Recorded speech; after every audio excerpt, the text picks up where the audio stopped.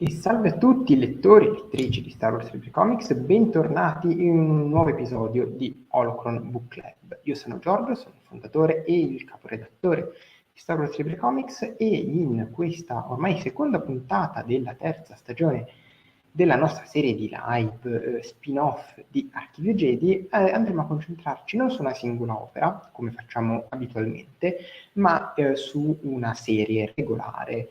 Si tratta infatti di Dottoressa Afra 2020, quindi una serie composta da diversi volumi che si è conclusa con la pubblicazione dell'ultimo volume, Droidi Oscuri, proprio il mese scorso in Italia.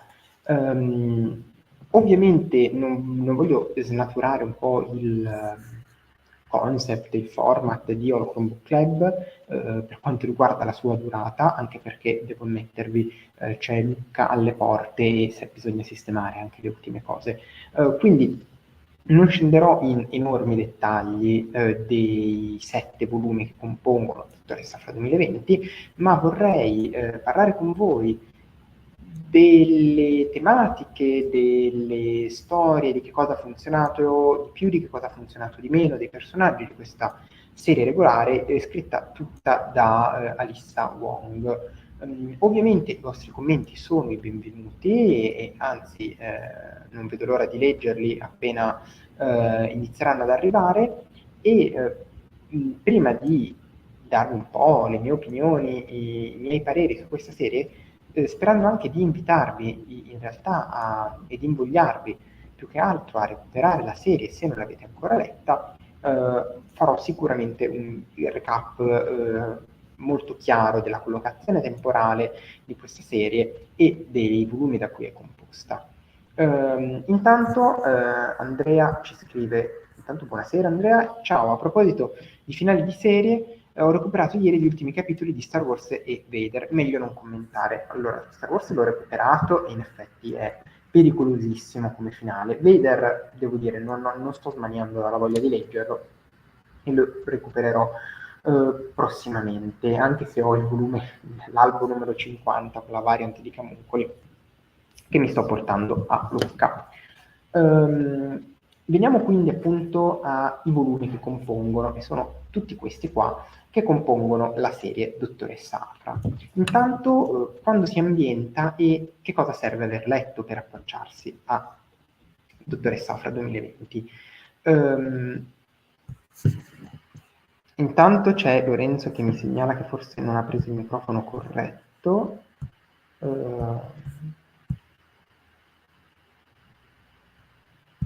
Proviamo così, forse è meglio così. Datemi un feedback per favore se sta funzionando meglio. Penso di sì, teoricamente. Come dicevo, Dottoressa Afra 2020 si compone di 7 volumi, tutti ambientati tra episodio 5 ed episodio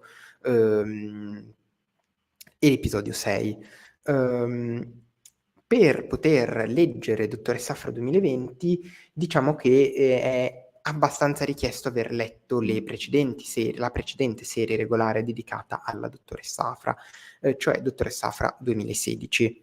E è secondo me anche estremamente consigliato anche aver letto Darth Vader 2015, la serie regolare scritta da Kieron Gillen che ha introdotto per la prima volta il personaggio di Cellulon Afra all'interno del canon e dei fumetti di Star Wars. Il primo volume di cui si compone Dottoressa Afra 2020 è Fortuna e Fato e come vi dicevo tutta la serie è scritta da Alyssa Wong che vedete mi ha anche firmato l'albo questo alla Star Wars Celebration ovviamente Europe dell'anno scorso. Il primo volume tra l'altro è disegnato da un'italiana, Marica Cresta, si prosegue poi con Il motore perduto per poi avventurarci nel meraviglioso mondo dei crossover delle serie 2020, per cui il volume 3 è il volume dedicato alla guerra dei cacciatori d'Italia, quindi parte dell'omonimo crossover, mentre il volume 4 è parte del crossover dedicato a Regno Cremisi.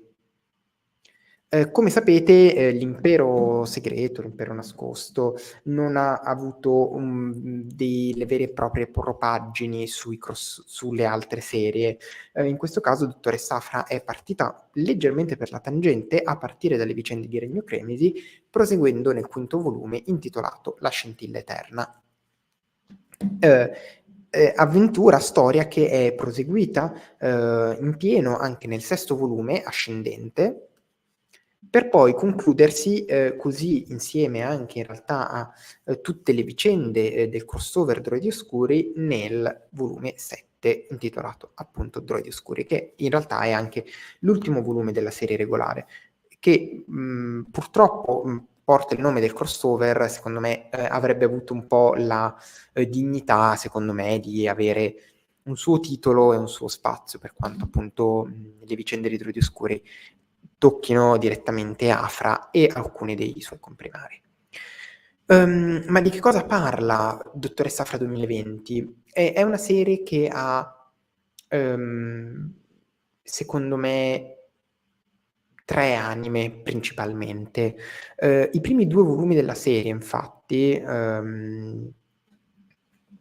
appunto, Fortuna e Fato e Il motore perduto, scusate, sto cercando di riprendere per rifarveli vedere, sono 2 volumi, secondo me, anche abbastanza introduttivi della serie e del personaggio, e soprattutto in realtà dei suoi comprimari. Alyssa Wong introduce già dal primo volume tantissimi nuovi personaggi con cui Afra ha a che fare, che provengono più o meno sia dal suo stesso ambiente. Penso alla studentessa Eustacia Occa, scusatemi, alla dottoressa Eustacia Occa e all'altra studentessa, com'è che si chiama?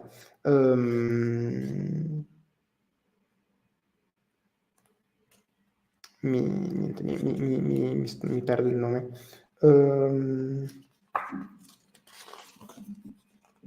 Addetta Yao. Ecco, scusate.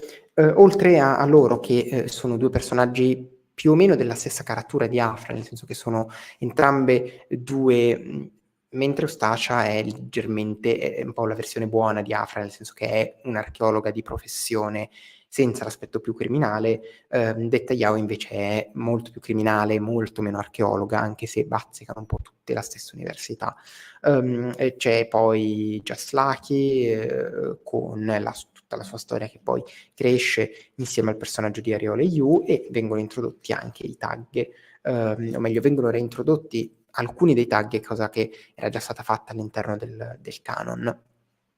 Quindi sia Fortuna e Fato che Il motore perduto sono 2 archi narrativi che appunto riportano Afra nella sua dimensione di archeologa criminale, anche perché, se ci pensate, quando c'era stata presentata in Darth Vader 2016, in Darth Vader 2015, perdonatemi, l'abbiamo vista molto poco a lavoro come archeologa criminale, e molto di più invece come lacchè o comunque servitrice di Vader, volente o nolente, e un po' lontana dalle vicende proprio legate all'archeologia, alla storia, ad antichi manufatti, eccetera, eccetera, perdendo un pochino forse quell'anima del personaggio. In parte questa veniva ripresa nella serie di Dottoressa Afra 2016, che però si concentrava moltissimo su un po' i postumi dell'aver servito Darth Vader. Con Dottoressa Afra 2020 abbiamo un fresh start abbastanza chiaro, quindi una volta che Afra ha superato un po' i suoi traumi legati alla sua esperienza con l'impero, eccetera, eccetera, ritorna a fare quello che sa fare meglio. E Fortuna e Fato e Il motore perduto rappresentano esattamente questa anima della serie, oltre a rappresentare appunto un momento di introduzione di tantissimi personaggi.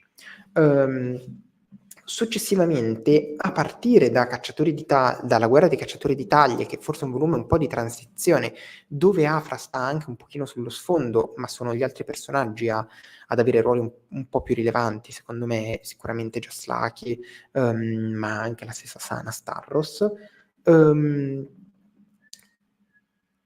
C'è poi un secondo grande arco narrativo che è necessario per lo sviluppo, per l'introspezione del personaggio di Afra, che viene condotto in questa serie in maniera preponderante e soprattutto viene anche richiuso, secondo me, egregiamente nell'ultimo volume.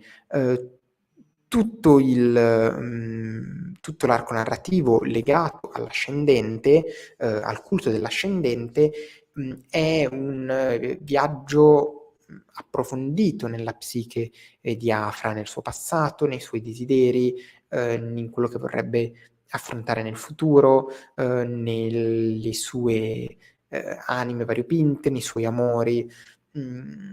Ovviamente viene condotto soprattutto dal punto di vista di Afra, ma anche delle persone che le stanno intorno, che cercano di aiutarla o viceversa invece cercano di appropriarsi del potere del culto dell'ascendente. E questa quindi è una seconda grande tematica, che in parte probabilmente si riversa, si ritrova anche nella terza tematica che invece è un po' il futuro di Afra.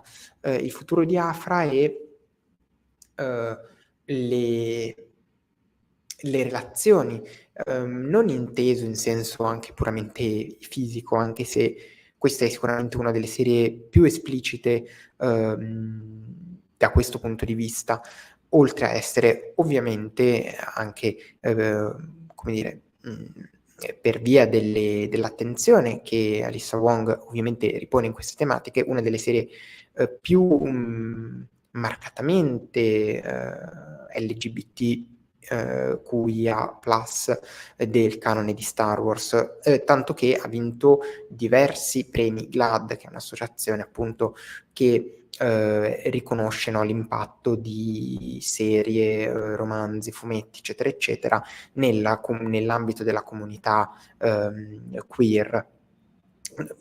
Ovviamente comunità queer di cui Alyssa Wong fa parte e che riversa quindi anche un po' la sua storia, non dico la sua storia personale perché non la conosco così bene, però sicuramente riversa delle tematiche che le stanno a cuore all'interno di questa serie, sfruttando il personaggio di Afra, che è un personaggio nato con queste caratteristiche, e lo fa molto bene portando avanti queste tematiche in maniera molto adulta, molto naturale, ed essenzialmente riuscendo secondo me anche un po' a svincolarci dall'idea e anche dal topos un po' abusato nella letteratura queer della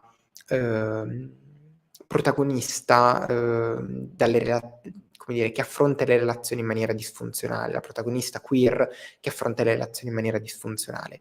Afra sicuramente aveva un po' quel bias iniziale come personaggio, quello stereotipo.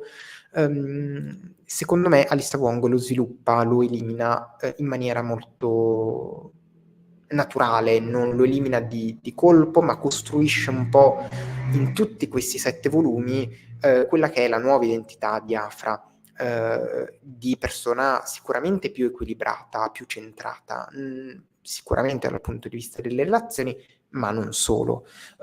Nonostante comunque poi Afra rimanga un personaggio di base caotico, però almeno dal punto di vista emotivo sembra calmarsi un pochino, sembra prendere un po' coscienza di quello che vuole, di quello che prova, e la crescita del personaggio secondo me è gestita molto molto bene. È una serie che è anche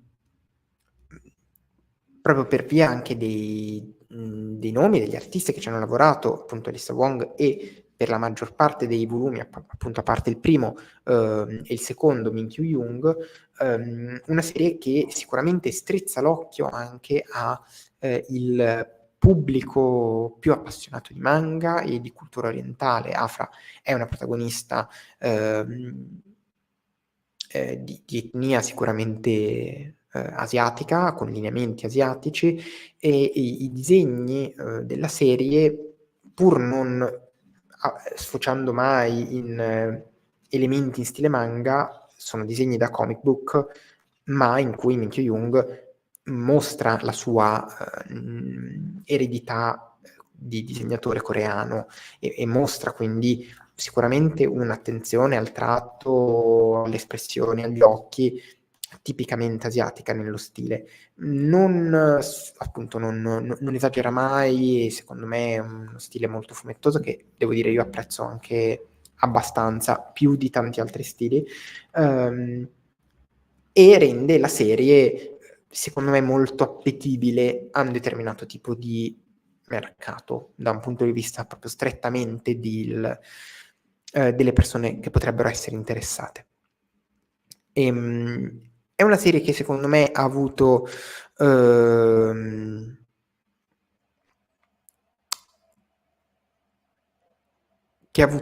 alti e bassi,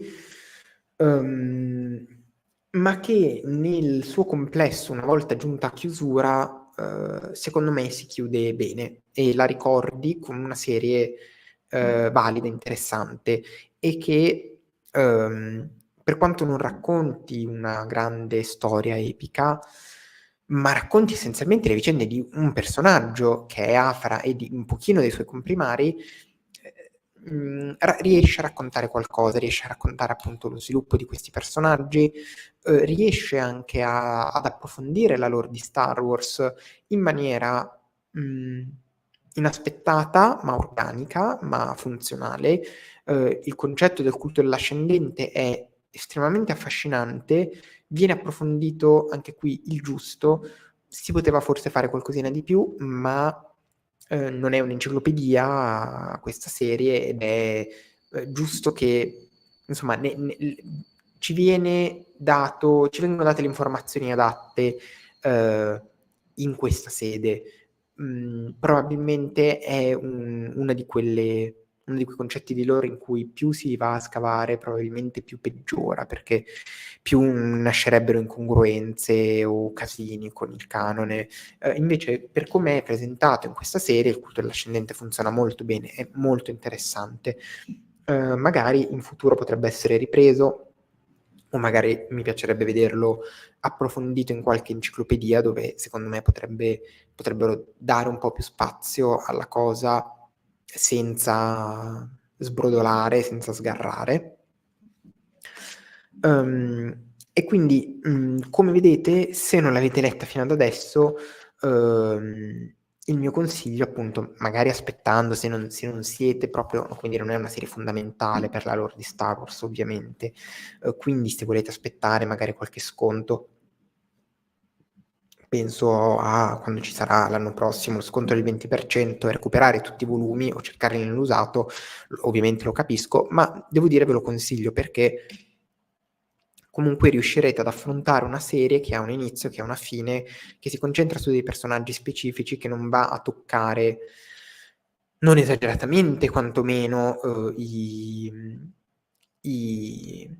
film della trilogia classica, non li invalida, con sempre il solito discorso che succedono 1000 cose tra episodio 5 e episodio 6, ma quello ormai penso che ne siate consapevoli. Ecco, secondo me, Dottoressa Afra 2020 è una serie che è matura al punto giusto, è ben sviluppata, e che, come tante tante altre serie di questo canon di Star Wars, rende al meglio più viene letta di fila. Più si leggono i numeri singoli spezzati, più secondo me si fa fatica. Gli archi narrativi invece sono abbastanza ben costruiti, e letta di fila effettivamente uno riesce ad apprezzare bene lo sviluppo del personaggio, perché comunque sono 7 volumi abbastanza corposi, perché ogni volume sono 5, almeno 5, se non addirittura come nel finale che sono 9 albi americani, per cui insomma un buon quantitativo di pagine, e tutte in formato brossurato, quindi non cartonata, però questo lo rende anche molto facile da leggere. Insomma, spero di avervi dato un po' di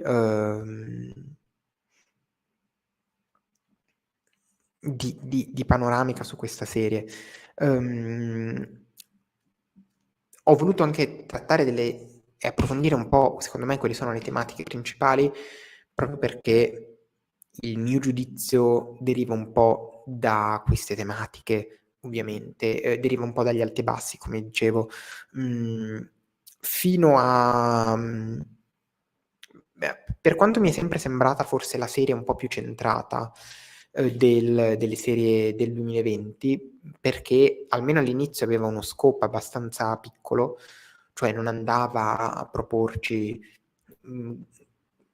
grandiosi stravolgimenti, ma come dire, ci mostrava delle avventure abbastanza contenute nella loro dimensione. Io ho apprezzato molto l'inizio. La parte in cui i crossover hanno iniziato un po' a farla da padroni mi ha un po' appesantito, ma quando poi Dottoressa Afra è stata un po' la prima delle serie, anche prima di Cacciatori di Taglie, un po' a staccarsi, un po' a deviare dalla macro storia di Regno Cremisi, dell'Alba Cremisi, di Kira, eccetera, eccetera. Scusatemi. Ho apprezzato molto la scelta. Quindi, sì, il periodo della guerra dei cacciatori di taglie mi ha un po' fatto, mi ha leggermente annoiato. Però poi ho apprezzato molto il voler andare su qualcosa di nuovo, su qualcosa di tutto sommato innovativo, sul cercare strade diverse. E secondo me questo è un grande merito che bisogna dare ad Alyssa Wong per questa serie regolare. Dal punto di vista dei disegni, come vi dicevo, li ho sempre trovati sul pezzo. Devo dire, io più di Minkyu Jung ho preferito di gran lunga i tratti di Marika Cresta, che purtroppo non ho mai avuto occasione di incontrare a nessuna fiera, nessun evento. Spero nei prossimi mesi, nei prossimi anni che ci sarà l'occasione di incontrare anche lei per farle complimenti per aver comunque segnato un po' la galassia di Star Wars e uno dei personaggi a fumetti che io sinceramente preferisco e che penso anche prima o poi inevitabilmente arriverà anche in live action. Dal punto di vista della lore, oltre al discorso dell'ascendente, riprendo un attimo il discorso dei tag. I tag sono una famiglia, una corporazione e una famiglia che possiede la corporazione stessa, la cui origine risale ai tempi della serie originale Star Wars, quella della Marvel del 77. Sono stati poi reintrodotti nel canon attraverso alcune opere correlate a Solo, a Star Wars Story, e in questa serie hanno un ruolo estremamente importante perché rappresentano essenzialmente i committenti un po' del lavoro di Afra, con la figura di Domina Tagge, che appunto anche lei proviene dai fumetti Legends, reintrodotta nel canon con, secondo me, una riuscita ottima di grande donna di potere e che praticamente potrebbe tenere testa all'impero se volesse, o almeno a parti dell'impero, non certamente l'imperatore. Quindi anche Domina Tagg è stata una bellissima aggiunta di questa serie. Non saprei cos'altro dirvi. Mi sembra di aver toccato un po' tutti i punti che avevo a cuore. Spero appunto che questo breve commento, perché comunque di qualche decina di minuti si sta parlando, per quanto ininterrotti, spero che vi possa un po' stimolare a recuperare questa serie. Jose ci scrive: ho letto alcuni numeri singoli di Afra e mi sembra un personaggio molto interessante, però ora comprare qualche omnibus. Sì, vi ricordo che per quanto riguarda la serie Dottoressa Afra 2016, è interamente disponibile in omnibus, che probabilmente non vedete perché è posizionato qua sopra. Di questa serie 2020 ancora ovviamente non è previsto un omnibus, vi ripeto, è terminata il mese scorso in Italia. Pian piano immagino che i volumi andranno esauriti, non saranno più a stock. Sono abbastanza sicuro che Panini ci proporrà una ristampa completa in formato omnibus anche qui in Italia, però si tratta di aspettare, secondo me, almeno uno, se non, diciamo almeno un anno per l'annuncio, più probabilmente 2 anni per vederlo sugli scaffali. Quindi secondo me sì, le tempistiche secondo me sono queste.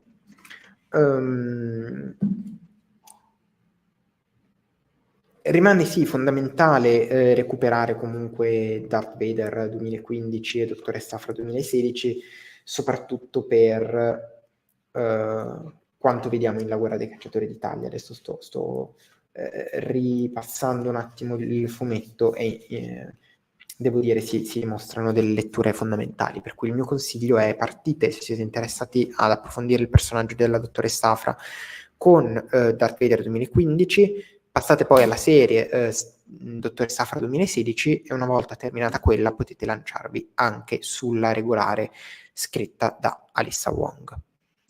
Bene, io non avrei altro da aggiungervi, per cui andrei a chiuderla qui.